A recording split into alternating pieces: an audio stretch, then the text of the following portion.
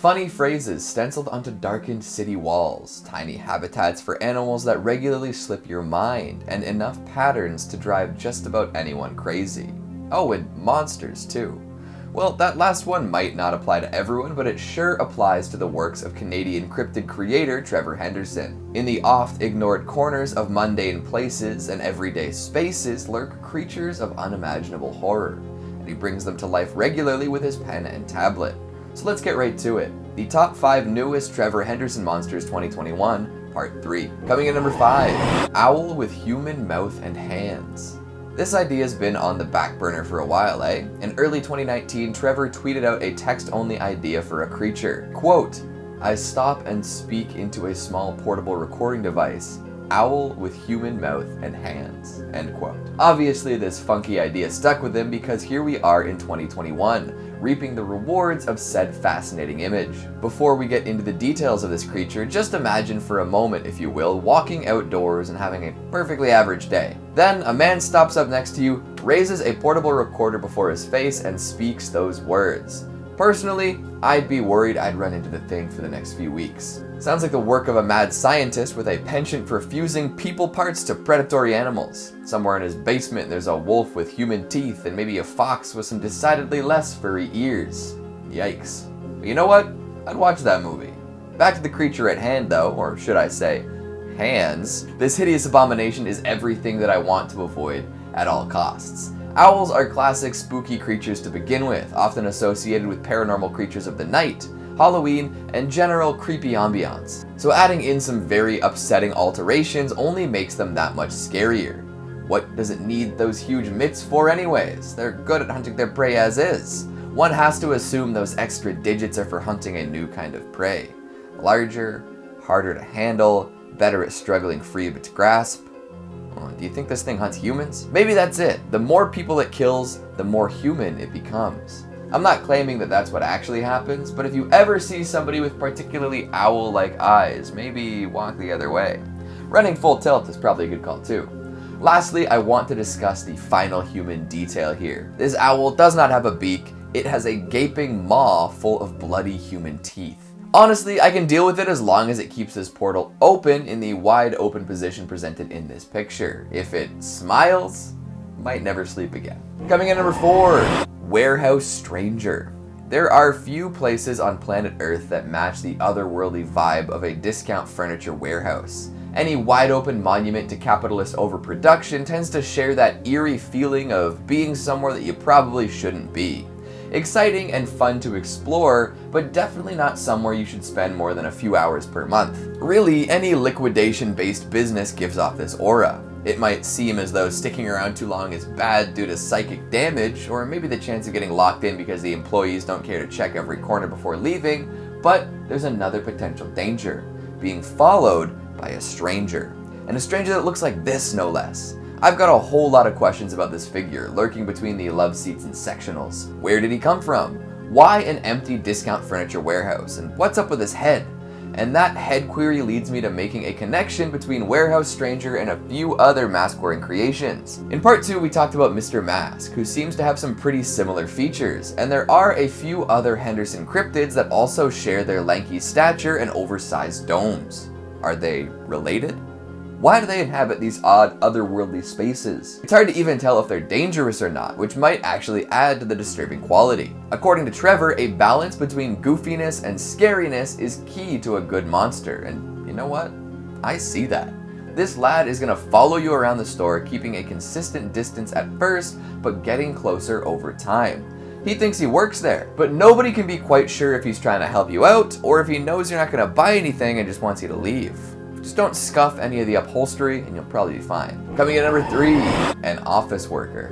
To some, there is nothing scarier than the prospect of working a desk job for the rest of their lives, punching in at 9, clocking out at 5, filling out spreadsheets and eating bagged lunches for those hours in between. It's not for everyone, but it's a living. However, sometimes folks die on the job. Tragic for sure, but it is a thing that does happen. However, in the case of a particularly unlucky office worker, you might find yourself in the very same chair somebody else perished in. Oh boy. Hey, Jimmy, can you make sure to have those forms on my desk by 4? Oh, also that's where old Carl died. Just Don't look up, okay? So yeah, in this picture, we're treated to what can only be described as a desiccated corpse peeking out from one of the ceiling tiles above someone's desk. The story seems to be that someone died while working their desk job and ended up haunting their workspace. Maybe they're just really into crunching numbers. Or maybe it could be that their job wronged them terribly and now they're gonna haunt the place until the business goes under. Either way, that can't be the most comfortable work environment, right? Coming in at number 2, we've got the Fencer. There are all sorts of wicked slashes out there with all sorts of different weapons. You've got machetes, kitchen knives, other knives, claw gloves, axes, chainsaws, hacksaws, hooks, hook hands, spears, and more. But one weapon we don't see a lot of is a rapier.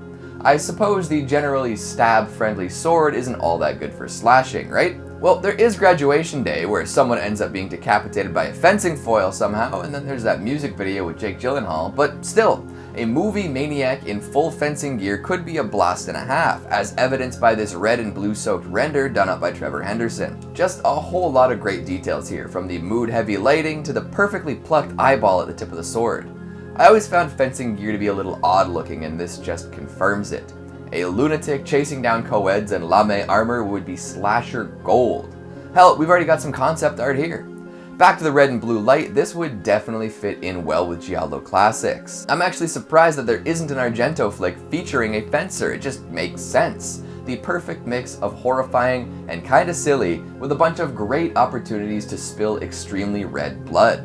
I know it's not real, but I feel like I've already watched this movie while I had a fever or something. Like, the ideas and energy are there in my memory, but I can't remember a single plot point. Maybe someday. And finally at number 1, Return of the Man with the Upside Down Face.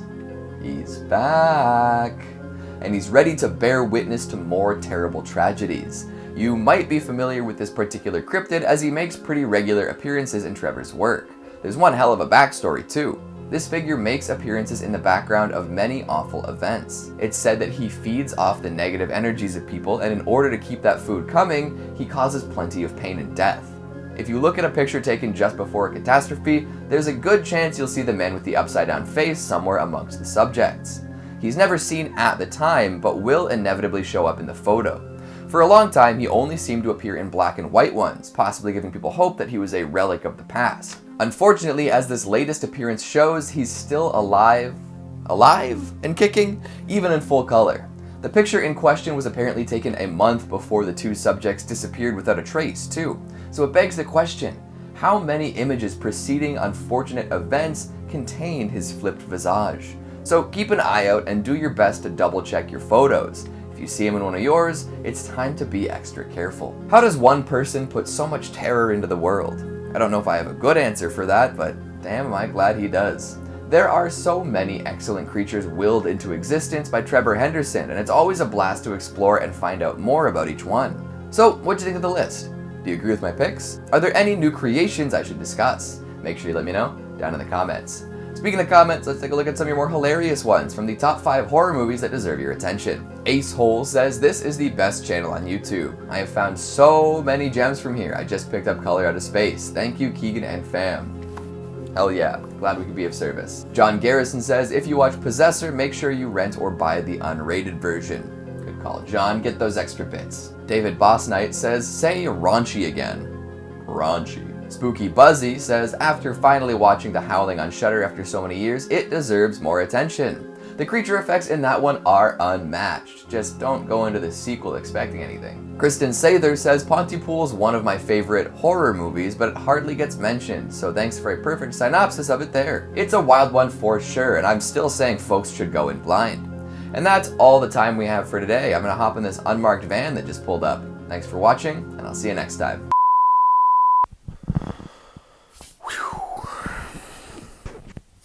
Look at this dude.